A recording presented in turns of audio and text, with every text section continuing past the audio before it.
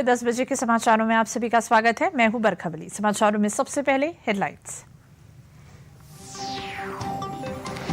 विश्व नवकार महामंत्र दिवस के अवसर पर लखनऊ में आयोजित कार्यक्रम में सीएम योगी हुए शामिल। आध्यात्मिक सद्भाव और नैतिक चेतना का एक महत्वपूर्ण उत्सव है नवकार महामंत्र दिवस।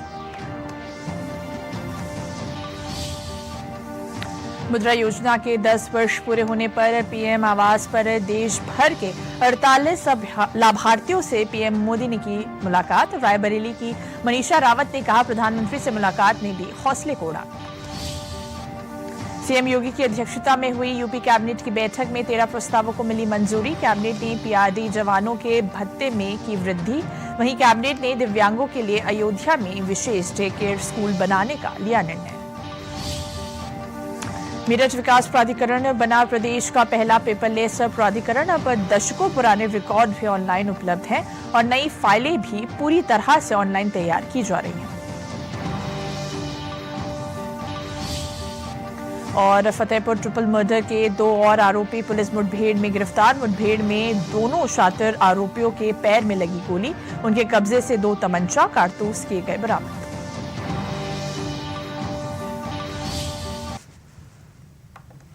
और अब खबरें विस्तार से। मुख्यमंत्री योगी आदित्यनाथ विश्व नवकार महामंत्र दिवस के अवसर पर लखनऊ में आयोजित कार्यक्रम में शामिल हुए। विश्व कल्याण शांति ऊर्जा हेतु जैन इंटरनेशनल ट्रेड ऑर्गेनाइजेशन द्वारा गोमती नगर में कार्यक्रम आयोजित किया गया। नवकार महामंत्र दिवस आध्यात्मिक सद्भाव और नैतिक चेतना का एक महत्वपूर्ण उत्सव है।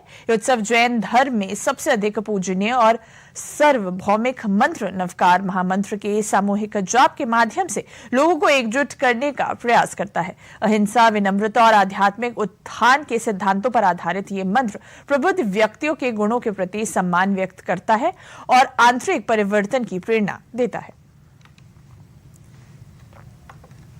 यूपी में विकास की रफ्तार और तेज। सीएम योगी की अध्यक्षता में कल हुई कैबिनेट बैठक में 13 अहम प्रस्तावों को मंजूरी दी गई है।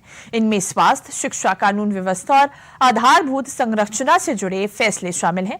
अयोध्या में दिव्यांगों के लिए डे केयर स्कूल, हाथरस में मेडिकल कॉलेज और पीआरडी जवानों का भत्ता बढ़ाने जैसे फैसले भी लिए गए हैं। यूपी के विकास की रफ्तार को बरकरार रखने की मंशा के साथ प्रदेश की योगी सरकार लगातार मिशन मोड में काम कर रही है। इसी कड़ी में मंगलवार को सीएम योगी की अध्यक्षता में हुई कैबिनेट की बैठक में कई अहम प्रस्ताव को मंजूरी दी गई है। योगी सरकार की ये कैबिनेट बैठक प्रदेश में स्वास्थ्य, शिक्षा, कानून व्यवस्था और आधारभूत संरचना को बेहतर करने की दिशा में काफी अहम मानी जा रही है। कैबिनेट की इस बैठक में किन प्रस्ताव को मंजूरी दी गई है, ये भी जान लेते हैं। कैबिनेट की बैठक में 15 प्रस्तावों में से 13 प्रस्तावों को मंजूरी दी गई, जिसमें प्रदेश के 34,000 पीआरडी के जवानों का ड्यूटी भत्ता 350 रुपए से बढ़ाकर 500 रुपए प्रतिदिन कर दिया गया। योगी कैबिनेट के इस निर्णय से 34,000 पीआरडी जवानों को लाभ मिलेगा। इसके अलावा अयोध्या में दिव्यांगों के लिए डे केयर स्कूल खोलने के प्रस्ताव को भी मंजूरी दी गई है। श्रवण बाधित और दृष्टि बाधित बच्चों के लिए मुफ्त भूमि आवंटित करने का प्रस्ताव पारित किया गया। अयोध्या में प्रस्तावित 300 शैया वाले चिकित्सालय के निर्माण के लिए पुराने सीतापुर नेत्र चिकित्सालय की 12,798 वर्ग मीटर भूमि को चिकित्सा एवं स्वास्थ्य विभाग को हस्तांतरित करने की मंजूरी। हाथरस में भी मेडिकल कॉलेज की स्थापना के लिए 6.675 हेक्टेयर भूमि के हस्तांतरण को मंजूरी दी गई। सहकारी सेवा में संरचनात्मक बदलाव कर 900 पदों को पुनर्गठित किया गया है और साथ ही यमुना एक्सप्रेसवे की क्रॉसिंग के इंटरचेंज का निर्माण NHAI करेगी, इसे भी मंजूर किया गया है। 13 प्रस्ताव पास हुए हैं। 15 प्रस्ताव मंत्रिपरिषद के समक्ष रखे गए थे, जिसमें से 2 प्रस्ताव विफल हुए। 13 प्रस्तावों पर मंत्रिपरिषद की अनुमति मिल गई है। यूपी ने जिस 1 ट्रिलियन इकोनॉमी का सपना देखा है, उसे सच करने का रास्ता योगी सरकार के इन्हीं फैसलों में झलकता है। राष्ट्रीय स्वयं सेवक संघ प्रमुख डॉक्टर मोहन भागवत लखीमपुर खीरी में कबीर धाम आश्रम में आयोजित सत्संग सम्मेलन में पहुंचे, जहां उनका भव्य स्वागत किया गया। इस अवसर पर संघ प्रमुख ने कबीर धाम स्थित नवीन आश्रम का शिलान्यास किया। बाद में संघ प्रमुख मोहन भागवत ने सम्मेलन में उपस्थित संतों और जनसमूह को संबोधित किया।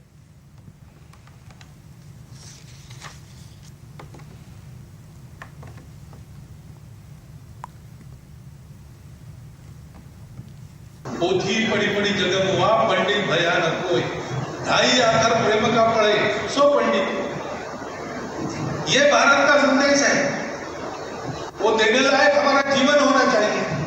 हमारे घर परिवार का वैसा जीवन होना चाहिए।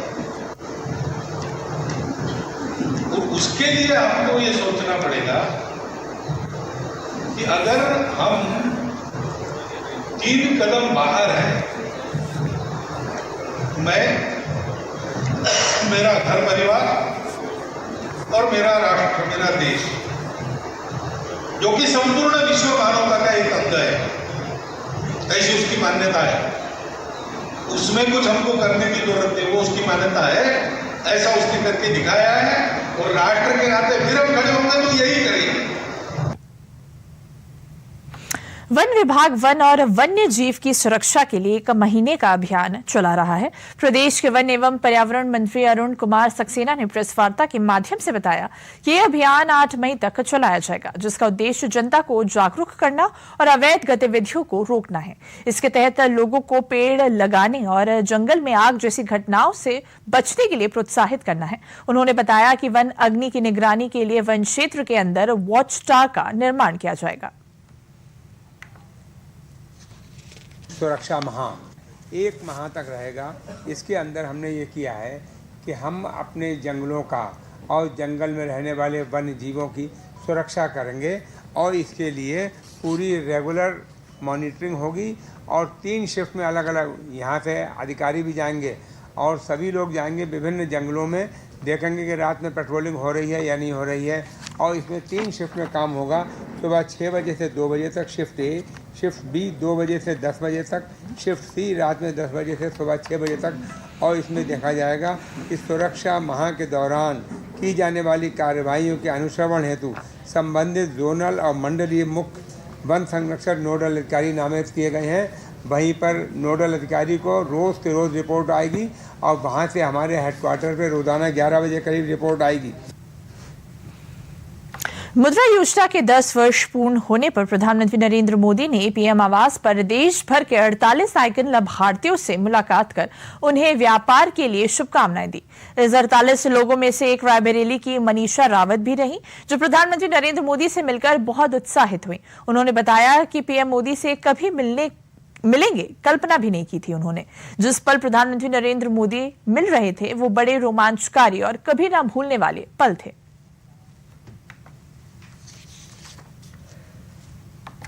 सर, पीएम सर से मिलने का अनुभव बहुत ही ज़बरदस्त रहा और वो experience one life time experience होता है जो अनबिलीवेबल था, जिसे शायद मैं अपने अंतिम क्षण तक नहीं भूल पाऊंगी।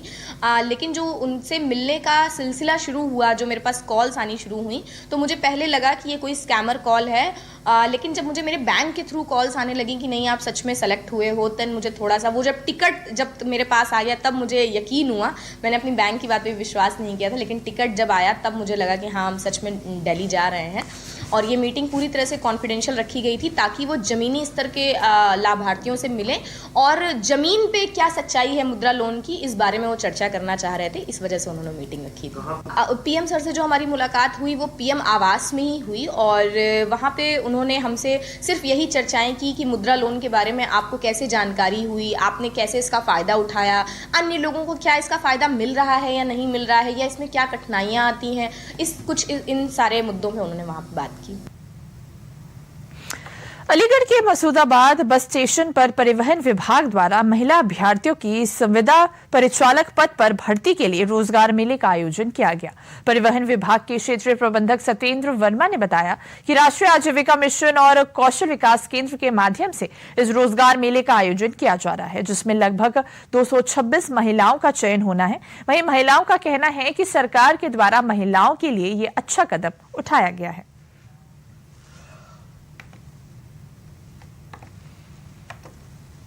उत्तर प्रदेश सरकार के जो उनका वो है विजन कि महिला सशक्तिकरण को लेकर के जो है एक वो कार्यक्रम किया जा रहा है, जिसमें जो है हमारे परिवहन निगम की तरफ से जो है महिला परिचालकों की भर्ती होनी है, जो कि सीधे तौर पे परिवहन निगम से होगी।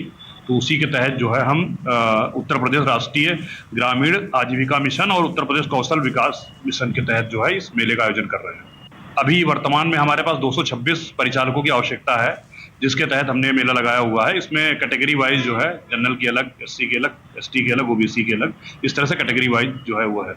यहाँ पे संविदा पे भर्ती निकली है, गवर्नमेंट ने एक अच्छी भर्ती निकाली है महिलाओं के लिए, महिला परिचालक के लिए, तो मैं उसमें भाग लेने आई हूँ। यहाँ महिला उसका आयोजन हो रहा है, रोजगार मेला लगा हुआ है मसूदाबाद बस स्टैंड पर। यहाँ पे रोडवेज के लिए संविदा पे भर्ती निकली हुई है, जो महिलाओं के लिए निकली हुई है। पहले पुरुष संभालते थे ये सब, और ये महिलाओं के लिए अभी सरकार ने बहुत अच्छी स्कीम निकाली है। इसमें मैंने अपने डॉक्यूमेंट जमा किए हैं और मैं इस चीज़ से बहुत खुश हूँ। मथुरा की सांसद हेमा मालिनी ने इंडियन ऑयल कॉर्पोरेशन लिमिटेड द्वारा संचालित एक विशेष पहल सेहत सहेली कार्यक्रम की शुरुआत की। उन्होंने कहा कि महिलाओं के स्वास्थ्य, पोषण और स्वच्छता के प्रति जागरूकता बढ़ाने तथा उन्हें समुदाय में नेतृत्व की भूमिका के लिए सशक्त करने के उद्देश्य से ये पहल की गई है। जब एक महिला जागरूक होती है तो पूरा समाज प्रगति करता है। कार्यक्रम का उद्देश्य मथुरा जिले के 18 गांव की 300 महिलाओं को सेहत सहेली के रूप में प्रशिक्षित कर उन्हें मातृ एवं शिशु स्वास्थ्य, पोषण एवं स्वच्छता के क्षेत्र में जागरूकता फैलाने के लिए तैयार करना है।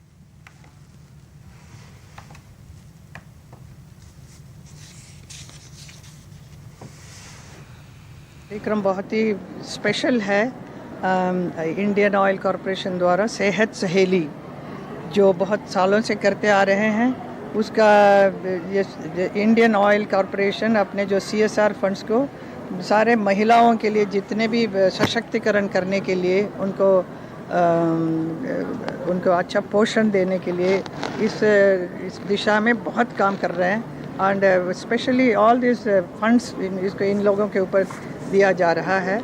तो उनका जो जिन लोगों ने अच्छा जो सीख लिया है उनका हेल्प मिलता है। जब आंगनवाड़ी महिलाएं, आशा की, उन लोगों को भी बुलाकर उन्होंने उनको सम्मान किया है आज। मथुरा और आसपास के जो गांव हैं उसमें महिलाओं की सेहत के लिए कुछ योगदान कर सके, तो ये स्वस्थ सहेली परियोजना इंडियन ऑयल ने बनाई, Indian oil northern region pipelines. उसमें गांव से ही कुछ महिलाओं को लेके उन्हें विमेन हेल्थ एम्बेसडर बनाने की मुहिम की।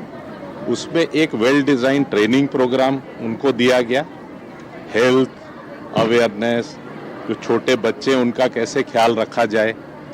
और उसके बाद NSDC जो हमारी नेशनल स्किल डेवलपमेंट कॉरपोरेशन है, उन्होंने उन महिलाओं का टेस्ट लेके उनको सर्टिफिकेट भी दिया। सो अभी वो ट्रेंड और सर्टिफाइड विमेन हेल्थ एम्बेसडर है।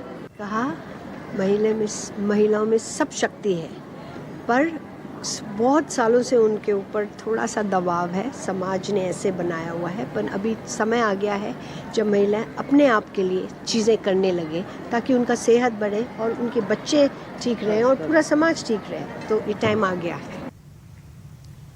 अपर पुलिस महानिदेशक कानपुर जोन आलोक सिंह ने ललितपुर रिजर्व पुलिस लाइन सभागार में जनपद के राजपत्रित अधिकारियों और थानाध्यक्षों के साथ अपराध एवं कानून व्यवस्था की समीक्षा की। इस दौरान उन्होंने रिजर्व पुलिस लाइन के स्टोर रूम का उद्घाटन भी किया। मीडिया से बात करते हुए उन्होंने बताया कि अपराध एवं माफियाओं की कमर तोड़ने के लिए कानूनी कार्यवाही जारी रहेगी। उन्होंने कहा कि आगामी त्योहारों एवं जयंती पर शांति व्यवस्था के साथ साथ महिला सुरक्षा, नारकोटिक्स व्यापार एवं 3 नए कानून की समीक्षा कर आवश्यक दिशा निर्देश भी दिए गए हैं। और अपराध पे, गैंगस्टर पे जो माफियाओं पे कार्रवाई हुई है, आज मुझे अभी DM साहब ने भी बताया कि लगभग 60 लाख की संपत्ति का और जब्त करने का आदेश दिया गया है। माफियाओं की कमर तोड़ने के लिए जो कानूनन कार्रवाई चल रही है वो इसी प्रकार चलती रहेगी। आगे के जो केसेस में कार्रवाई करनी है वो चिन्हित किए गए हैं।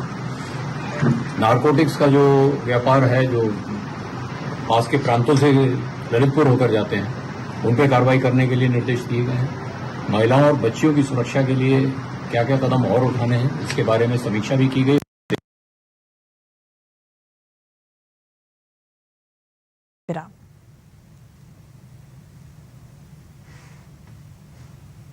फ्रिज का ट्रे हो, गमला या हो कूलर की टंकी, मेरे यार याद से कर डालो सब साफ हर रविवार। टायर नारियल का खोल या बर्तन हो बेकार, ध्यान रखना पानी, हाँ पानी कभी इनमें न जमा हो। मच्छरदानी दोस्त लगाकर हर रात सोना, कपड़े भी हमेशा बदन पर पूरा ढक के पहनना, डेंगू चिकनगुनिया मलेरिया दिमागी बुखार से बचेगी। राष्ट्रीय स्वास्थ्य मिशन उत्तर प्रदेश द्वारा जनहित में जारी। समाचारों में आगे बढ़ते हैं। संभल की शाही जामा मस्जिद एक बार फिर विवादों में है। इस बार वजह है इसका नाम। एएसआई ने मस्जिद के लिए नया बोर्ड भेजा है जिस पर अब शाही जामा मस्जिद की जगह जुमा मस्जिद लिखा है। बोर्ड एएसआई रिकॉर्ड के मुताबिक तैयार किया गया है, लेकिन इससे नया विवाद खड़ा हो सकता है। मस्जिद का नाम बदलने का मामला पहले से ही हाईकोर्ट में चल रहा है। संभल की ऐतिहासिक शाही जामा मस्जिद एक बार फिर विवादों में है। इस बार वजह है इसका नाम। भारतीय पुरातत्व सर्वेक्षण यानी एएसआई ने मस्जिद के लिए एक नया नीले रंग का बोर्ड भेजा है जिस पर जुमा मस्जिद लिखा है। ये बोर्ड फिलहाल मस्जिद के सामने स्थित सत्यव्रत पुलिस चौकी में रखा गया है। जल्द ही ये नया बोर्ड पुराने बोर्ड की जगह ले सकता है। देखिए, जामा मस्जिद तो जो ये है इमारत, ये एएसआई संरक्षित इमारत है। इस पर पहले भी बाहर की ओर एक बोर्ड लगा हुआ था और वर्तमान में भी एक बोर्ड जब हम मस्जिद में एंटर करते हैं राइट हैंड पर ऊपर की ओर लगा हुआ है। जितने भी एएसआई संरक्षित इमारत होते हैं सबके बाहर एएसआई संरक्षित इमारत होने का बोर्ड लगा होता है। ऐसे ये भी बोर्ड एक लगेगा, तो इसमें कोई ऐसा काम नहीं है जो नया काम होगा। आपको बता दें कि 24 नवंबर 2024 को इसी मस्जिद के सर्वे के दौरान हिंसा भड़क उठी थी जिसमें 4 लोगों की मौत हो गई थी, जबकि 29 पुलिसकर्मी घायल हुए थे। तभी से यह मस्जिद सुर्खियों में रही है। एएसआई ने जुमा मस्जिद के नाम से साइन बोर्ड भेजा है। साइन बोर्ड का रंग बदलकर नीले रंग का कर दिया गया है। नया बोर्ड एएसआई की दस्तावेजों में दर्ज नाम जुमा मस्जिद के अनुसार बनाया गया है। मस्जिद के बाहर पहले एएसआई का एक बोर्ड लगाया गया था। मस्जिद के नाम बदलने का मामला इलाहाबाद हाई कोर्ट में भी चल रहा है। एएसआई के अनुसार ये पूरी प्रक्रिया नियमों के अनुसार की जा रही है, लेकिन स्थानीय स्तर पर इसे लेकर नई बहस छिड़ सकती है। समाचारों का रुख करने से पहले लेते हैं विराम। फ्रिज का ट्रे हो, गमला या हो कूलर की टंकी, मेरे यार याद से कर डालो सब साफ हर रविवार। टायर नारियल का खोल या बर्तन हो बेकार, ध्यान रखना पानी, हाँ पानी कभी इनमें न जमा हो। मच्छरदानी दोस्त लगाकर हर रात सोना, कपड़े भी हमेशा बदन पर पूरा ढक के पहनना, डेंगू चिकनगुनिया मलेरिया दिमागी बुखार से बचेगी। राष्ट्रीय स्वास्थ्य मिशन उत्तर प्रदेश द्वारा जनहित। जनपद फतेहपुर के खदगांव थाना क्षेत्र के अखरी गांव में किसान नेता समेत एक ही परिवार के 3 लोगों की गोली मारकर की गई हत्या में शामिल फरार 2 आरोपियों को पुलिस ने मुठभेड़ के दौरान गिरफ्तार कर लिया है। पुलिस मुठभेड़ में दोनों आरोपियों के पैर में गोली लगी है। उन्हें इलाज के लिए अस्पताल में भर्ती कराया गया है। उनके कब्जे में पुलिस ने हत्या में प्रयुक्त अवैध तमंचा और एक स्कॉर्पियो गाड़ी बरामद की है। एसपी के मुताबिक हत्या में शामिल अब तक पुलिस ने 4 अभियुक्तों की गिरफ्तारी की जा चुकी है। मंगलवार की सुबह वर्चस्व की लड़ाई में पूर्व प्रधान और मौजूदा प्रधान पक्ष के बीच विवाद हुआ था, जिसमें मौजूदा प्रधान पुत्र पप्पू सिंह समेत 3 लोगों की गोली मारकर हत्या कर दी गई थी। जनपद फतेहपुर में थाना हदगांव क्षेत्र में हत्या के संदर्भ में पंजीकृत मुकदमा 68/25 में अभियुक्तों की गिरफ्तारी के लिए पुलिस की टीमें लगातार दबिशें दे रही थी। साथ ही साथ बैरियर लगाकर विभिन्न स्थानों पर चेकिंग भी की जा रही थी। इसी क्रम में आज थाना घाघा क्षेत्र के अंतर्गत पुलिस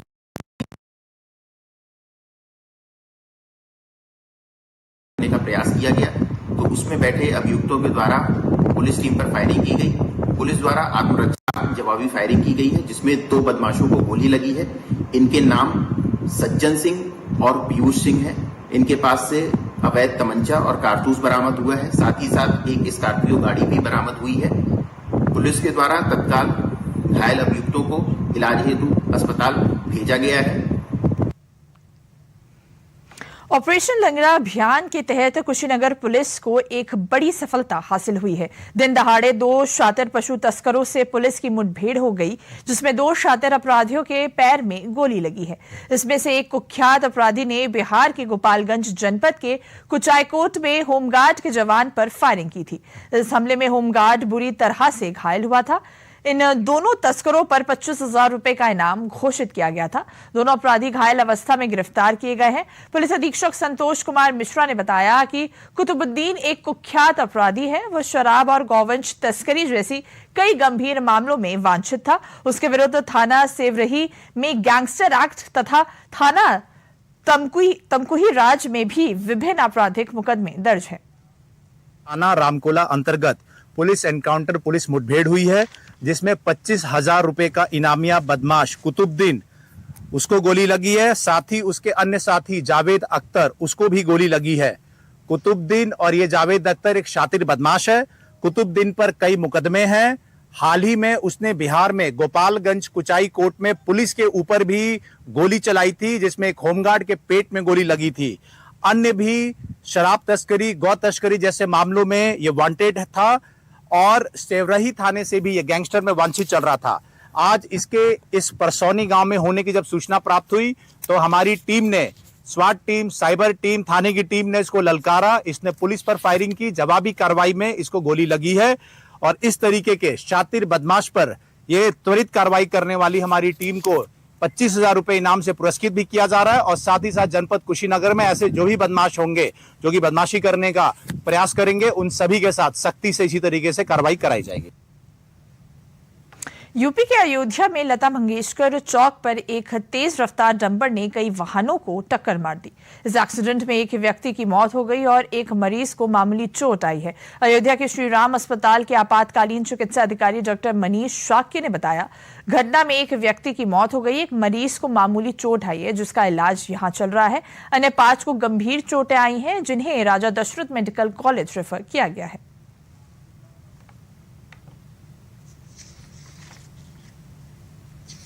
एक्सीडेंटल केस हमारे पास आए थे जो गंभीर रूप से इंजर्ड थे, जिसमें से 5 लोग को रेफ़र किया जा चुका है जो सीवियरली हेड इंजरी के केस थे। साथ में उनको चेस्ट इंजरी भी थी और अदर इंजरीज भी थी, लेकिन मेन उनको हेड इंजरी और चेस्ट इंजरी थी, जिनको राजा दशरथ मेडिकल कॉलेज अयोध्या के लिए रेफ़र किया जा चुका है, जिसमें से एक अभी हमारे पास है जिनका इलाज चल रहा है, वो ठीक है थोड़ा।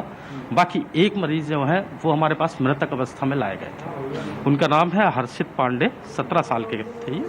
इनके पिताजी पंकज पांडे।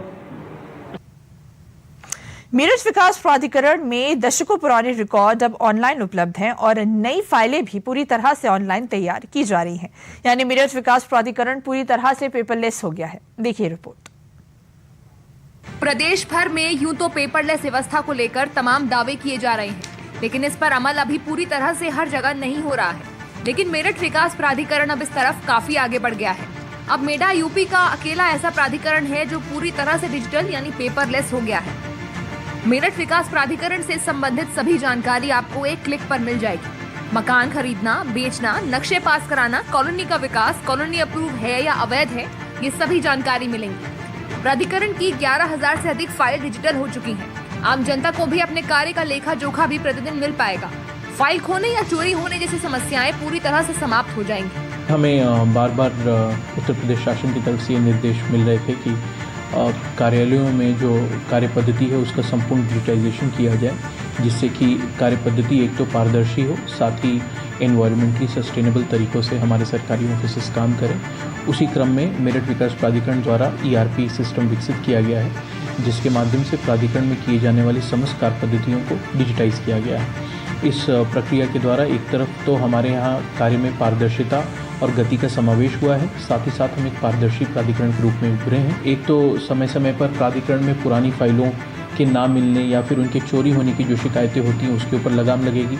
हमारे कर्मचारियों द्वारा फाइलों के त्वरित निस्तारण के ऊपर नज़र बनाए रखने में आसानी होगी और साथ ही साथ पब्लिक को भी इस बात की जानकारी मिल सकेगी कि उनकी फ़ाइल वर्तमान में किस पटल पर है, उसे पूर्ण होने में कितना समय लगेगा, या फिर अगर उसके मूवमेंट में किसी प्रकार की बाधा आ रही है तो वो ये बात शीर्ष अधिकारियों के संज्ञान में लाने में भी सफल हो सकेंगे। मेरठ में जहां अब दशकों पुराना रिकॉर्ड खोने का खतरा भी नहीं है, अब उपभोक्ता एक क्लिक पर अपनी पुरानी फाइल को पलक झपकते ही खोज लेंगे और वहीं अपनी किसी भी फाइल का वर्तमान इस पहल से प्राधिकरण के कार्यों में पारदर्शिता आएगी और कार्य कुशलता में भी सुधार होगा।